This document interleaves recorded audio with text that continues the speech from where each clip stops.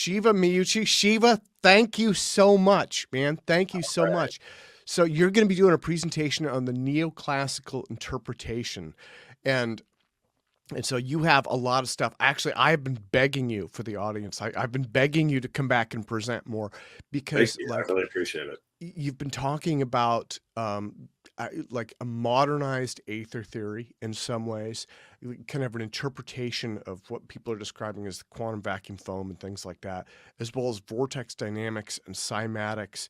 And these things resonate so strongly with research that I've done in the past and what other people have seen. I'm just like, he has something. You guys have to listen. So I keep begging you to come back on and Yeah, present. I really appreciate that. Yeah, I think it's one of those things like hey, even Frank Wilczek recently put out a book mentioning the ether. So you know, you go back to 1951, Dirac saying that we have to have an ether, or 1920, you know, Einstein saying space without ether is unthinkable. Yeah, there's just a lot of ways in which it's disappeared. So that is a great lead in to this Oh, presentation. absolutely. Absolutely. Well, thank you again. I'm really excited. And again, I should apologize to everybody. I had a really nasty cold this week. And so my brain is kind of halfway there, you know? And so Yeah, I didn't I'm sleep just, very well myself. well, yeah, it's part of it's that time of the year, right? It's hot as heck out there. But Oh yeah. so let me put that up and I will remove myself from it. And thank you yet again, sir. Thank you. All right, so I'm going to, I guess I'll do a little bit of a recap.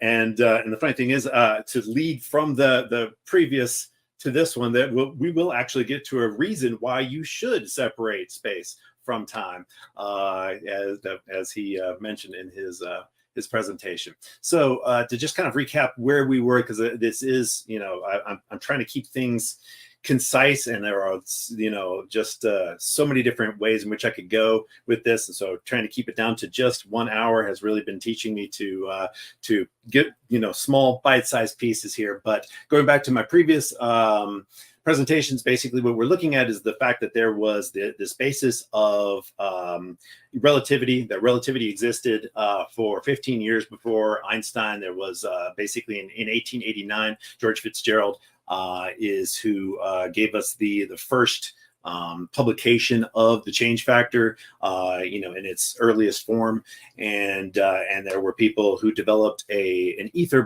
version of relativity, and understanding how they came to the idea of relativity, what mechanics, what's the mechanical reasoning, is going to be something that will lead a thread up through all of modern physics. Now, you know, whenever we talk about ether, a lot of times people are going to immediately think that that is, you know, the ether and relativity are, they don't go together. And that is the problem that I've been working 20 years to solve, that belief that is complete falsehood. There's absolutely no reason to believe that whatsoever. Relativity persists with an ether, and we're talking about a luminiferous ether, a light-bearing medium, a physical reason for waves, and that sort of thing. So let's get to my first slide here. I need to switch over to that screen, and let's see. All right. So starting with John Stuart Bell, he is the, when it comes to scientists who actually remembered and demonstrated that they actually understood this subtle differentiation that occurred right there at that historical point. John Bell, with this quote, is the very most recent scientist that is a well-known name in physics, et cetera, that actually demonstrated an understanding of this. And so he says basically is that we need to go back to relativity as it was before Einstein, when there was an ether and a preferred frame, and that a lot of our ideas come from this sort of optical illusion. Now, when he states these things, a lot of people, if they are brought up in the typical teaching regime that teaches you something that is based upon Minkowski's presumption of isotropic constancy, his words here are going to sound strange, and I want to clear that up, and that's what we're going to work on today. Is we're going to talk about a little bit. I'm going to give you a little bit of theory beforehand, because you have to understand that I want to use the experimental record we already have to show you something that is a new way of understanding what those experiments are telling us. And that is what John Bell was talking about at this point. So the experiments we're going to start talking about is going all the way back to the Fizeau experiment, and it's going to lead up to Michelson-Morley, Sagnac experiments, round the world Sagnac, half-field heating, and Ruyang Wang. So this is just kind of a quick overview of some of the things I want to touch upon. And basically, Fizeau proved proved Fresnel's prediction of partial ether drag. Michelson-Morley was not a null result. That when you use the partial drag that was proven by the Fizeau experiment, it actually predicts the Earth's motion. The Sagnac experiment, it utterly contradicts the idea of constancy, the one that you can find 5 different quotes from Einstein saying that you have to abandon constancy because there's 2 types of constancy. There is the illusory, well, there's the perspective illusion that we are treated to by the mechanics of the universe type of constancy, which is a 2-way effect. And then there is isotropic constancy, which is this 1-way effect that was presumed by Minkowski after the fact and then foisted upon Einstein. Then there's these other, the round the world Sagnac round the world Sagnac experiment. It demonstrates an east-west bias. Half-field heating also demonstrates an east-west bias, and Ruyang Wang shows that all of our explanations of the Sagnac effect that were prior to present day were that were based upon acceleration, rotation, etc. He completely falsifies all of those explanations. So, give me just a moment to take a drink here. So when you falsify the idea of constancy, and what I mean by this is isotropic versus anisotropic constancy, and I'm going to keep using this term, and it helps that you'll understand that there's a very subtle differentiation point. There's 100 years of confusion in the teaching, and there are, like I said, there are numerous people up until the mid 80s, apparently, with like I said, with Bell being the last scientist I know of who actually remembered this aspect of the history of physics. And that is that there is a type of constancy that is something that can occur in 3 dimensions that is exactly equivalent to 4D space-time within limits.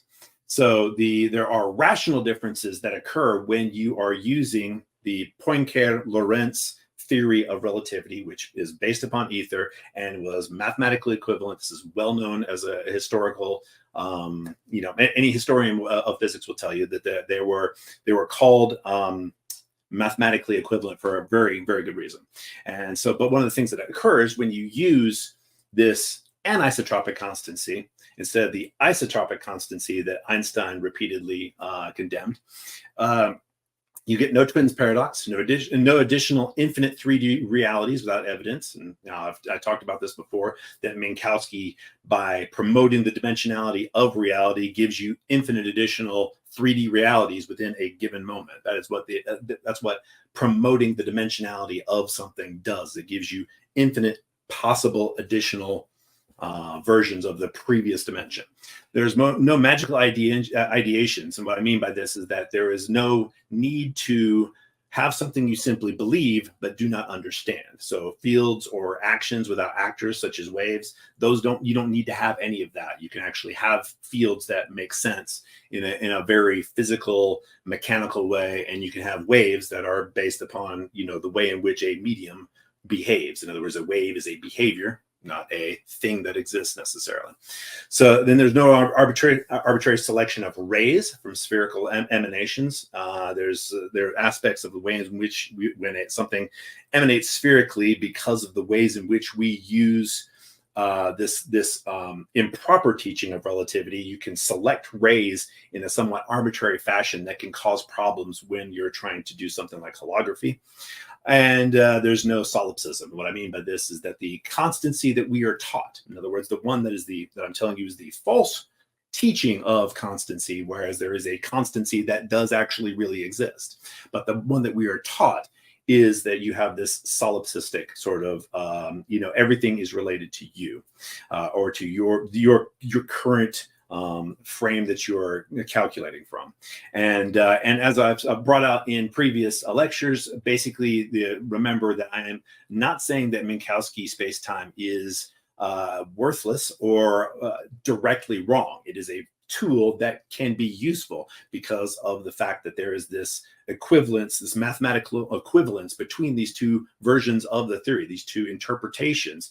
Because there's the equivalence, you can use Minkowski and get lots of right answers, and also get something where you cannot separate an illusory answer from a correct answer, and there's a lot of other missing information that you do not get that you do get through Poincare and Lorentz. So this then allows us to have rational mechanics. Wow, the lack of sleep is really showing. Rational mechanics for de Broglie-Bohm trajectories, as well as rational mechanics for entanglement effects and how those work in a fluid paradigm. Then there's also mechanical reasoning for a host of other various abstractions. But the thing is, you can have absolute simultaneity and different clock rates. So what I'm doing is giving you an idea of what it is, why I need to tell you a bunch of things that I'm about to tell you. And I'm giving you some sort of a preloading what it is that I need you to kind of focus on, what it is that we're explaining. So absolute simultaneity versus relative simultaneity. Relative simultaneity comes specifically from Minkowski's conjoining of space with time. Absolute simultaneity, however, is something that is some people might think gets rid of the idea of changing of time. I'm not saying that. You can have both absolute simultaneity and differing clock rates. So the interpretational difference leads to some numerical differences at extremities that are difficult to explain. I'm not going to get into it in this lecture, but basically the distances to stars can be calculated based on additional information from the CMB. Of course, it's as I said, there's 5 different quotes of Einstein saying constancy must be abandoned, and it's because one of the things that we've been taught is the idea that constancy is somewhat like the word, and it's not.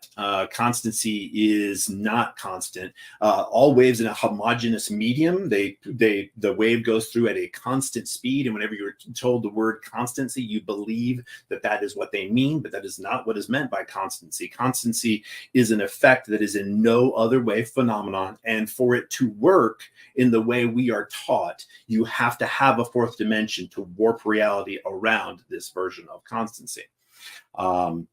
Relative simultaneity is an effect that is additional clock rate differences. It is the exploitation of the fourth dimension, which gives you these additional 3D realities to use. So whenever you have a conflict within a 3D reality based upon this constancy effect, you can actually exploit the additional dimension to explain how this internal inconsistency can be consistent with an additional dimension. It's, in other words, the version of relativity we are taught today that is not like the one that Bell was talking about, and not like the one I want you to entertain and understand.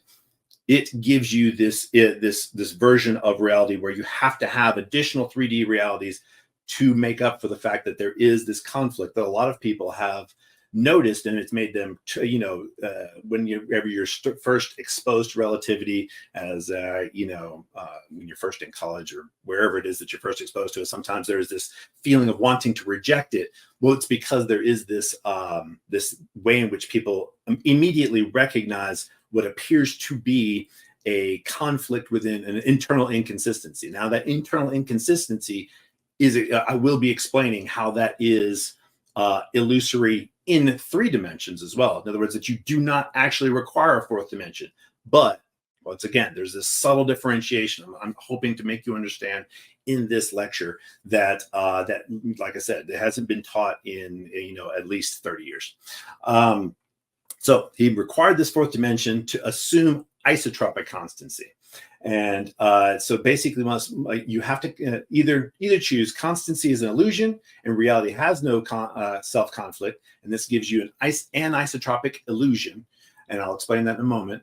And that is the type of constancy that is still functional. And then constancy is real, and 3D reality has a self-conflict that you can resolve by adding infinite additional 3D realities. And once again, as I pointed out in my previous lecture, just as Einstein was upset about Minkowski's initial meddling, and then Minkowski dropped dead, and Hilbert loved him, and basically everybody pressured Einstein about it. The thing is, you need to be able to separate Minkowski space-time from relativity. This is a very crucial thing, and everyone is taught that these two things are exactly the same. They are not. Minkowski space-time is a barnacle that was added onto relativity, wherein he makes an assumption. He assumes isotropic constancy instead of anisotropic. And what that means is that the speed of light is exactly the same in all directions, and there's no two-way effect.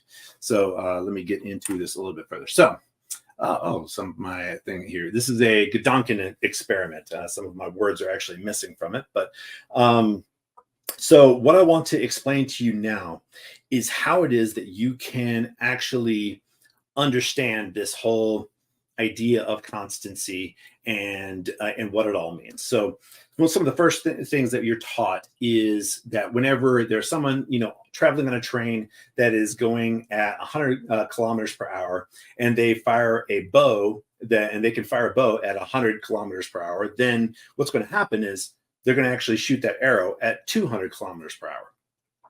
And so whenever there are these, these ways in which they're adding together, you're going to see that like as an arrow is shot beside you, if you're already going 100 kilometers per hour as a bow is shot beside you in that train, then what you're going to see is the arrow just kind of traveling beside you and falling to the ground. It's going to be, well, it's pretty much going to be just straight falling to the ground as you pass the fellow on the ground. However, for this idea of constancy, whenever you're shooting like a laser, everybody who sees the laser's first wavefront is going to see it passing them at the speed of light, even if you're on the train and you're traveling very near the speed of light. Now, in the bows, in the version where you're seeing someone shooting something ballistic, like a bow and arrow or a gun or what have you, what you're going to see is if you're going almost the speed of a bullet for a minute, let's say, then that bullet is going to slowly pass by your window as it drops to the ground because it's going slightly faster than you. But with what we're taught about constancy is that it's going to be passing you at the speed of a bullet. So, and it doesn't matter that you would, intuitively understand that it should be traveling at a different speed. So how can we make this work in reality? And so what I've got here is a Gedanken experiment where I want you to imagine that there's a time gun, and I could alter time inside of a train. And so inside this train, if I slowed time inside the train and closed all the windows, what would you experience? Well, what you would experience is normal. Everything would be happening normal to you. You would, because your thoughts would also be altered by this change in time. And so you drop things, you have all of your typical physical effects. You wouldn't notice anything until I opened the windows. And when you looked outside, what would you see? Things would be happening outside very rapidly. In other words, people would be passing by, speaking at a very rapid rate because your time is slowed. They are fast by contrast. So now let's say that I want to trick you into believing in constancy. How could I do that? Well, all that I would need to do is if you're traveling at the speed of a bullet, and when you normally would look outside, you'd see a bullet passing by you very slowly as it falls to the ground. The fact that it is passing by you because you're not going the full speed of the bullet, I can exploit with my time gun. And what I mean by this is I can slow your time so much that the bullet going past you, when you measure the speed it goes past you, it goes as fast as a bullet. So that takes care of that weird thing where you're like, how can a person on the ground fire a bullet and see this speed, and then a person on the train see the same speed even though they're moving? That doesn't make any sense. With the addition of my time alteration gun here, I have now made it make sense, but I've only made it make sense in one direction. If you do this experiment, then any bullet traveling the other direction will still be going nearly twice the speed of a bullet. So if I instead make it where you must only measure the speed of bullets outside your window on average, then what will occur is if you find out the speed of bullets on average, what you'll end up finding is something very close to what we see with the Lorentz transform. So this is just a demonstration of alterations of time and how that this can be done in a physical environment. And wow, it is dry in here. You're gonna have to give me a moment to have something to drink here. These are old slides that I made some time ago.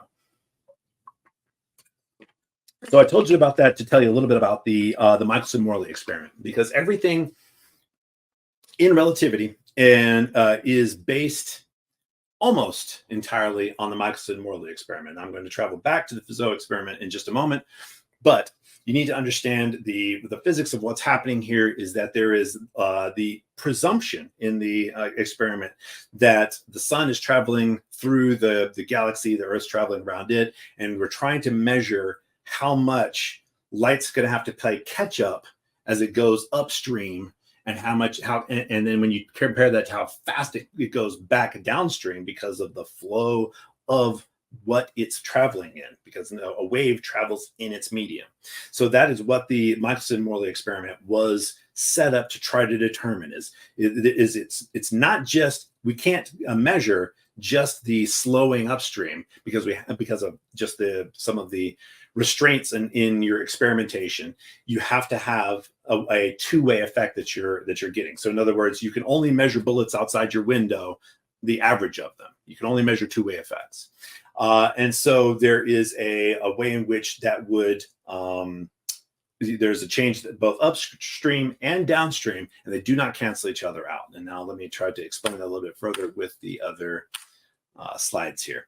So again, you have to excuse me if I'm going into some very deep basic mechanics here, but I need for you to intuitively understand how it is that we arrived at relativity and why we arrived at it and what generated these ideas, and then how that will then go into how we can look at our current experimentation and our current version of relativity in a different light. So when you have a swimmer going across a river, here he's going, if the flow is going to the left, then he's going to have to correct off to the right to actually make it across, to go directly across the river. And here, unfortunately, it's flipped. So we actually have the swimmer starting at the top and going down in this second area here. But basically, if they're going at a certain angle, you can actually have it where when the river is flowing, even though they're going at an angle to this side, they can end up on the other side over there. So just the point is that there is even the direction that you are traveling in your frame can be altered by the relationship of the water's movement to your speed through it. And that's going to determine where you end up, and it's going to determine an angle, actually. So now, one other thing that we need to talk about is the idea of a circular or spherical emanation. So if you are a runner that is running along a wall that can reflect your yell or whatever, then you're going to create a spherical emanation. But that's going to go in a lot of different directions from the point of origin, because we're assuming that the air is staying still. So there's going to be these lines that go in all different directions from our runner on the left here. And it's going to come out in a sphere in all these different directions. But there's only one of those angles that will be the reflected sound that you hear. Only one angle is actually going to return to you in your motion. And which angle that is determined by the relationship of your running speed to the speed of sound. And what you'll find is that if you're traveling at 0.5 C, there are these various angles that determine the distance that sound is going to have to travel. And what I'm explaining to you here is how we got to the solution of the Michelson-Morley experiment, and why it is all from just 1887 to 1889, Fitzgerald already had an answer, and how that answer works. Okay, so this gives you a predefined additional path length that a sound has to travel to go out away from you and back. If it seems to be reflecting on something that you're carrying with you, it would be the same thing as having a wall. So you were carrying some reflective item out to your right. it would still be that same angle, and the sound would have to travel additional distance, because instead of going straight to the wall and back, it's going through the air at an angle. And so there's additional distance that sound has to travel. So there are two ways in which you can end up making the sound leave and come back and return to the origin, such that the sound that goes forward into the wind and back, and the sound that goes out sideways and has to travel that angle, can come back, and both of them can happen at exactly the same time. Now, why am I telling you this? Because this is what it was that Fitzgerald proposed that was occurring, is that there is a physical shortening of objects that is occurring as things travel through the ether that perfectly makes up the difference. Because normally what you'd find is that in the if you look at the diagram over here on the right hand side, and like I said, I'm having to use other slides that I prepared a long time ago, and so I'm just reusing them, so you have to excuse me. This is actually something that was made by my 13-year-old son.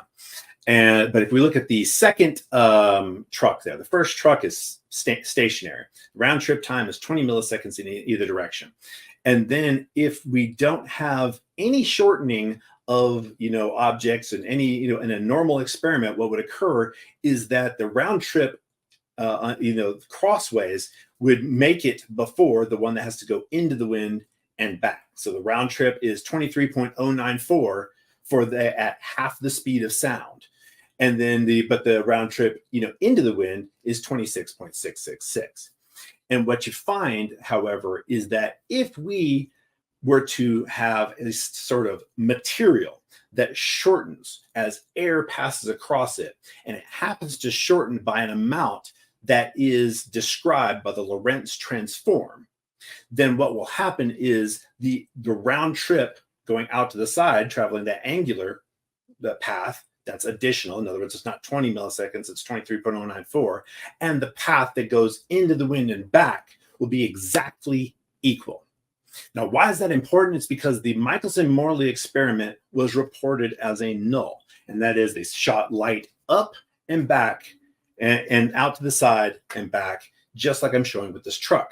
Now, what I've shown with this truck, however, is a description of constancy. In other words, if this truck is made out of, or the experiment is made out of material that reacts to air in the way that Fitzgerald described, and that it shortens by an amount that is relative to how fast it goes, and that you can describe it in the terms that we do describe the Lorentz transform, or basically just the change factor, then what will occur is that no matter how fast you go, it will appear as though sound travels the same speed in all frames of reference. In other words, all the speeds that you could possibly go. However, what I've just described with sound, if you were to say that sound is a constant, like light is a constant, because you could only perform this experiment, so that's the only experiment you could perform, it would be an absurdity.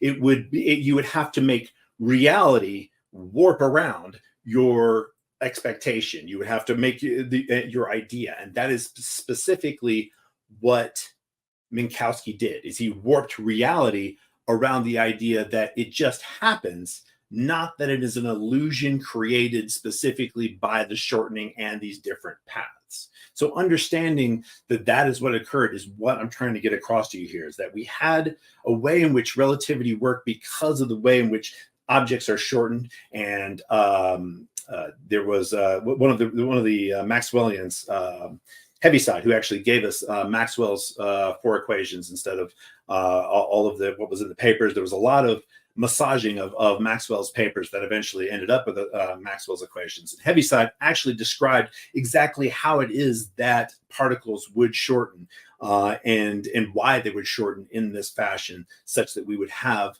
this shortening effect that would be exactly compensatory. So it is a compensatory illusion that hides the fact that light had to travel further in one direction than the other. Now, I've simplified a couple of things because there's also a time component, and Larmor actually proved that time component, I think it was in the 1890s.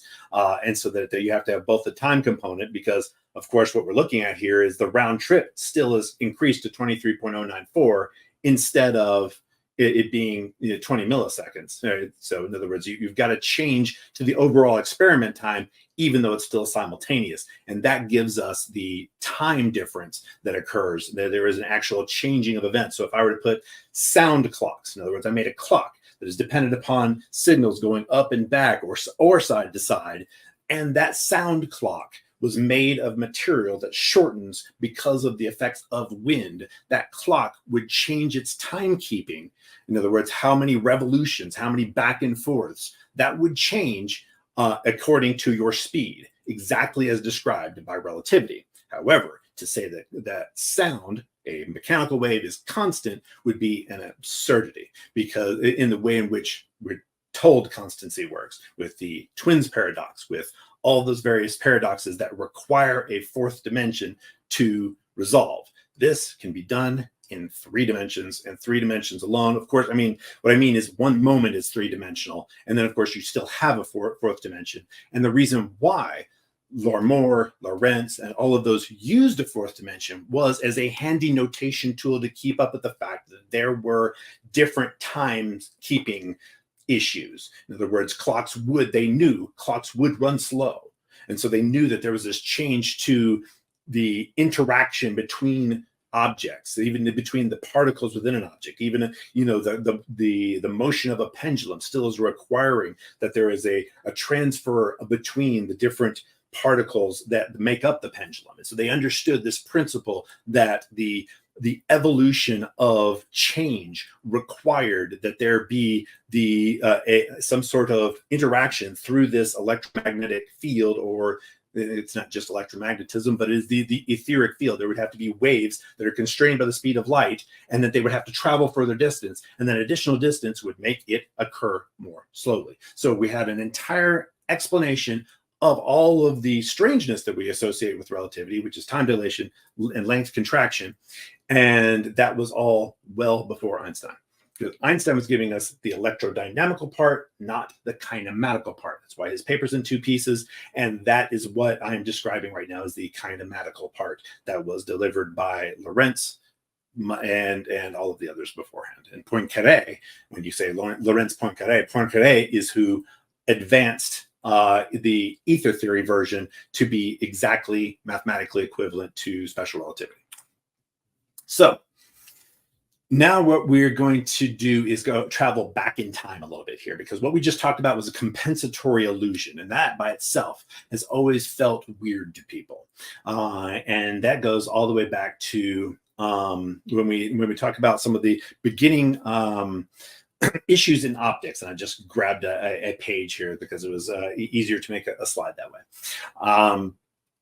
There were these experiments in stellar aberration. In other words, where we would see from one period of the Earth's motion to another throughout the year, the positions of the stars in the sky change, just like if you're running forward in rain that's falling straight down, or if you're driving your car forward in rain that's falling straight down, it looks like it's coming in at an angle. So in other words, the angle that the light apparently was coming in was changed throughout the year, and this is called stellar aberration. I said was changed; it is changed. It continues to happen, and so there were various experiments that they thought would be able to detect the Earth's motion through this mechanism.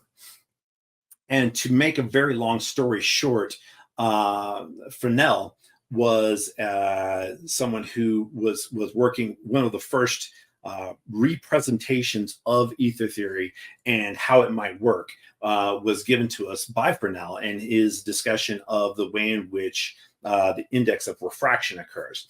And so one of the things that he proposed is that the index of refraction was a way in which the ether was interacting with matter, and then that would impact the propagation of light. And that is why you have light being changed in direction when you have refraction in like a crystal or what have you, is that the change in speed is what causes it to deviate. So he believed that this would also be occurring, but only with respect to the index of refraction. So he predicted something in 1818 called the coefficient of ether drag, and that is that objects would drag ether along with it, and that drag would then only partially impart the speed to the light or that was traveling through it. So then in 1851, Fizeau actually did the experiment by running water through tubes, and it turns out that Fresnel's prediction was perfectly corroborated, and it's known today, of course, that he was absolutely correct, and so and by the mathematical amount. But the thing is, it also solved the issue for why it was that many of the stellar aberration experiments were not showing positive results, because it was an exact compensatory mechanism.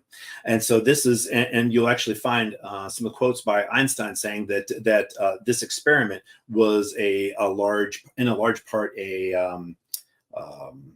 something that inspired him as well.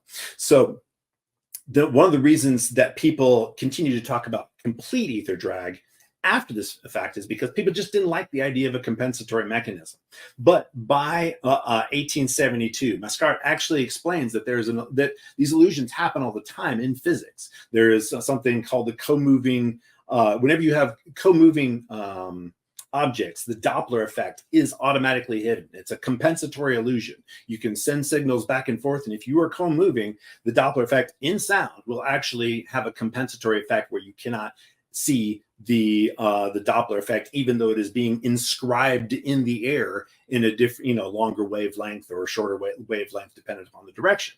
So it's just like seeing that it is not God being mean to you when you're out in the desert and you think you see water and you're actually seeing, a mirage. That is, illusions occur in physics as just part of physical reality. So just because there is a compensatory illusion that exists does not in any way alter its probability of being true. However, people didn't like it at the time, and so for a long time they tried to believe in full ether drag, and that of course does not work.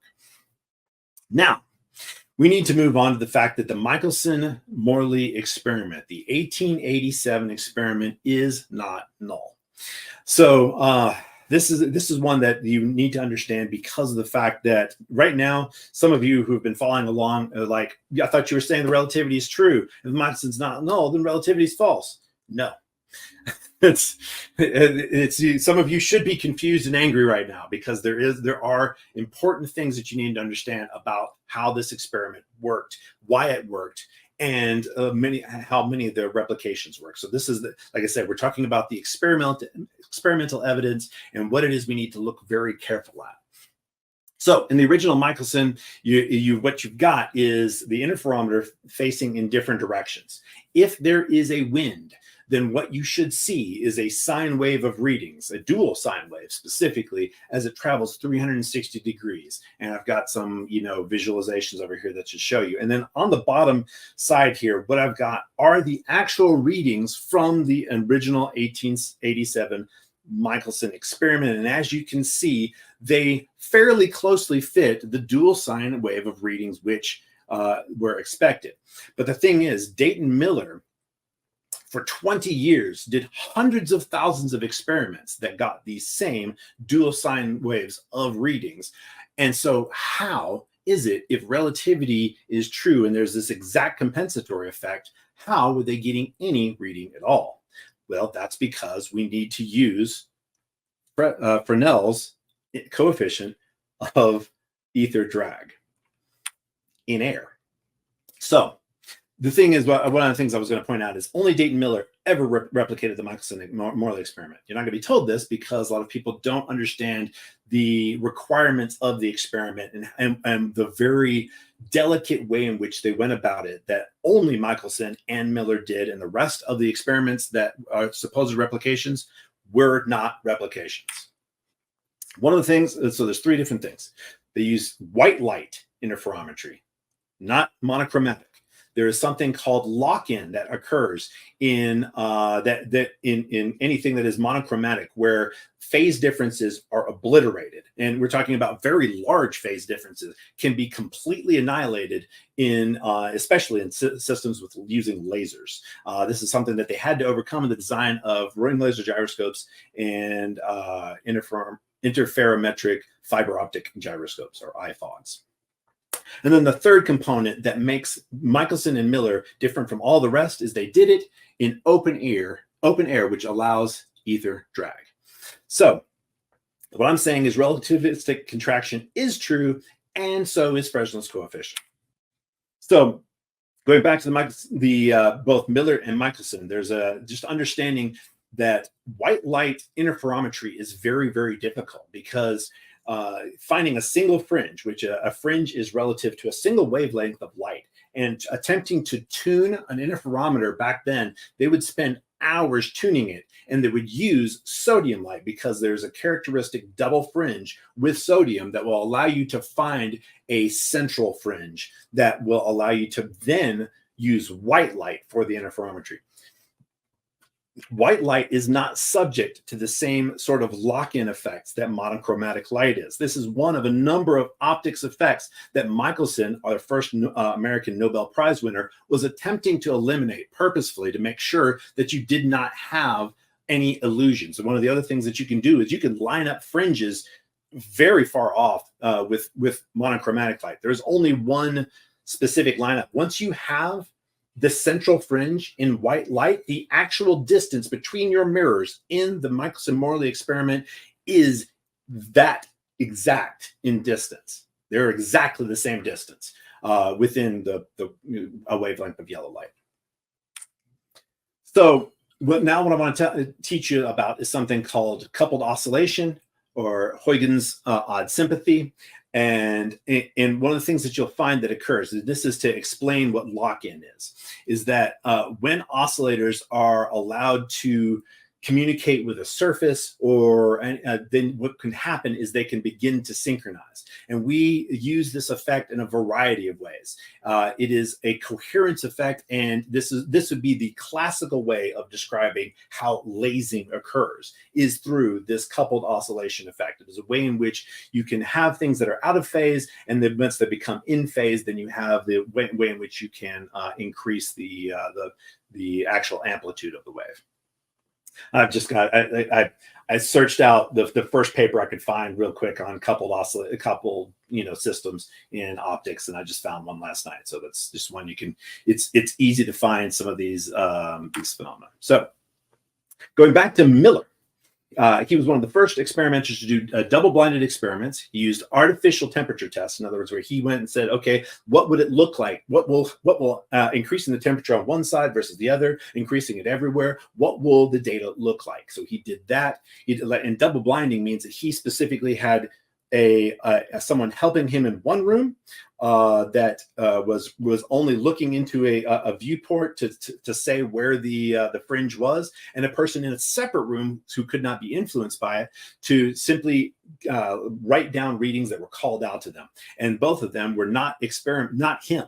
And so he did, like I said, hundreds of thousands of tests at different times of the year, at different elevations, and with different interferometers. So he won the 1923 Newcomb-Cleveland Prize from the AAAS for proving the existence of ether. He blocked the Einstein's Nobel for relativity, and that's not very good, but that's actually what occurred.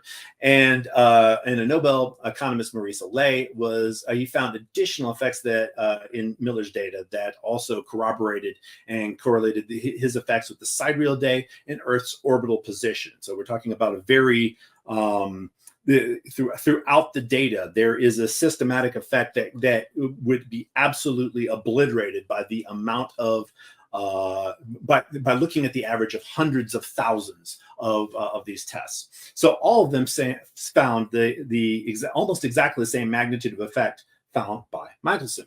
So the unfortunate problem is Miller retained the naive non-relativistic idea, and so his calculation was between 8 and 12 kilometers per second. And specifically, that using that naive calculation, the original Michelson experiment detected around 8 kilometers per second. So now, if we just go and use now, there's a 1933 paper by Miller that sums up his work and goes in, like, actually some of the drawings you saw there were from his paper. And if you just simply use Fresnel's, I still call him Fresnel, Fresnel's drag coefficient, and use that with the original 1887 Michelson-Morley data, then the speed that comes from just the drag alone, because remember, I'm saying relativity is 100% true, and there is an exact compensatory effect as things go through the ether. They are shortened. And so then the only thing that is left would be the drag of air on the light that we saw in the Fizeau experiment, and that would be occurring also in the Michelson-Morley experiment, but on a scale that has to do with the motion of the Earth through the ether. When we simply use Fresnel's calculation with the Michelson-Morley data, we get 378 kilometers per second. And you go, and I just grabbed the first thing that popped out of Google. I checked it also. And what you see is that our understanding from the cosmic microwave background is that the Earth moves at 368 kilometers per second. So now let's move on to the Sagnac effect. This is one that it just does not get more obvious that we are weirdly deluding ourselves about the idea of constancy. And that is, in the Sagnac effect, basically you just simply take a beam of light and run it 2 directions around a loop. And if the loop is moving, in other words, its frame is moving, then there is a difference in the speed of light, and then the light will not get to the same point at the same time, and you can measure this difference. Now, the argument for why that worked is it must be because of rotation, right? It must be rotation or acceleration, or then there was lots of these things that persisted up into the common day. And there's no reason for them to have persisted, because there was no reason to explain it that way, because there was no reason to buy into the 4th dimension, because there was no evidence for it, because we were not using empirical science. Minkowski's space-time conjoinment is technically pseudoscience. So ring laser gyroscopes, IFOGs, and other uses of anisotropy are found in the GPS systems, in weapons guidance, and a part of the way in which I got reported to the Department of Homeland Security is because I was talking to Honeywell about their various systems when it comes to RLGs and IFOGs. But the synchronization of military jet telemetry, all of these things require knowledge of a particular bias that is occurring. And that bias has to do with the Earth's rotation. So now let's go to the Ruyong Wang's experiments, fiber optic conveyor experiments. I believe these were performed in the early aughts, or maybe it was the late 90s. I don't remember. But basically the way in which we are told that this does not violate constancy is that there is it's the rotational effect. So what he did is my favorite one is the bottom right, where because of the fact that he has taken the loops and made them go 2 different directions, the rotation should be exactly canceling out because it's rotating in 2 different directions. But what he also pointed out is that the length of what's it called? The fiber optics that it goes through, the length that the light has to travel is a crucial aspect of how much of an effect that you end up seeing in these. And so what he did is by lengthening the distance and only rotating it at the ends, what he saw is that there is a continual added effect by that straight line motion that is occurring in these experiments. And so what he showed definitively, and is now very widely accepted and understood, is that the Sagnac effect does not have to do with radians per second. And so it is not coupled with acceleration, because of course your radians per second is dependent upon the radius of whatever you're spinning around. So what this means is this what the let me check my thing here. Yes, I'll get to that. Okay. So what this means is that it is related to edge speed alone and not the curvature or anything like that. So once again, what we're seeing here is that it is an effect that shows an anisotropy to the way in which light speed is propagating. In the Half-Keating experiment that you're aware of, with the atomic clocks on planes, there was an east-west bias in the data. In the round-the-world Sagnac experiment, where they basically took satellites and sent a signal between them, what they ended up having is an east-west bias in the data as well. And then also I wanted to mention the Faraday paradox, but we'll get to that some other time. So I wanted to come to this final, the round the galaxy Sagnac experiment, and by pointing out the fact that it's not based upon radians per second, but instead based upon edge speed. If an alien species had set up a Sagnac interferometer that goes all the way around the galaxy, and that ship that is measuring the light coming in from one side and the other, that happens to have made it all the way around the galaxy, what they're going to detect as they are traveling and what looks to us to be a perfectly straight line is an anisotropy in the propagation of light. So in other words, light will seem to be coming in faster in one direction than it is in the other, and it's dependent only upon their speed in an apparently straight line. So the need for this lecture is itself an absurdity. There's things like the Shapiro delay, where we have a change in time of propagation of light, that shows that light does not travel the same speed in all frames of reference at all times. That's special relativity. That was a not fully developed theory that Einstein himself specifically said does not appear anywhere in reality, is an idealization.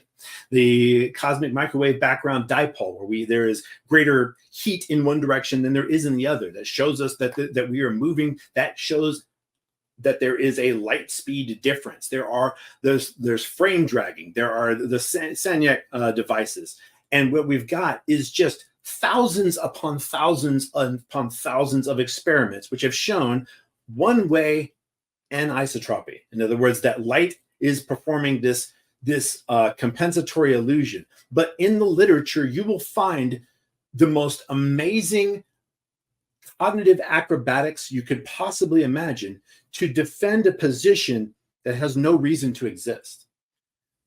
Because, going back to my previous lecture, there was a point in time where people got confused and believed that being for an ether theory is against relativity.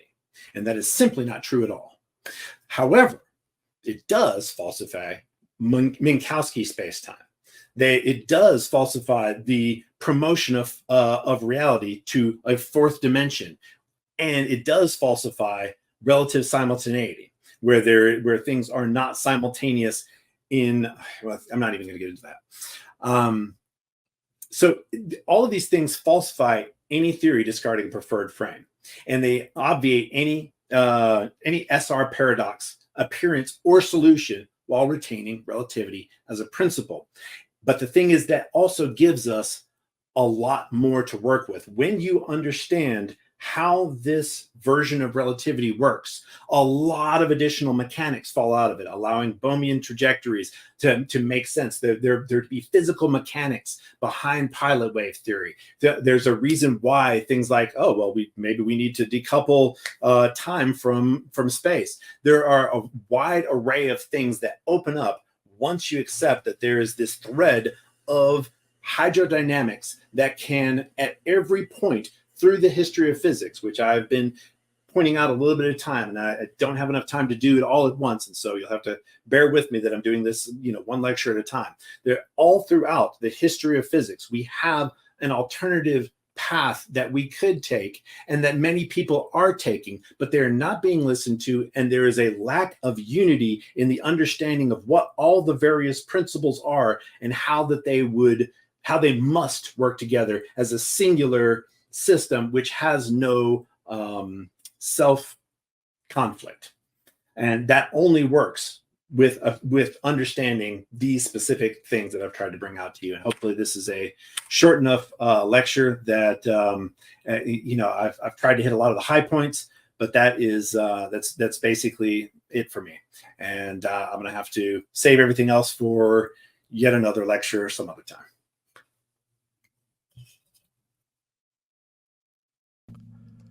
Awesome. Shiva, thank you so much, man. Thank you so much.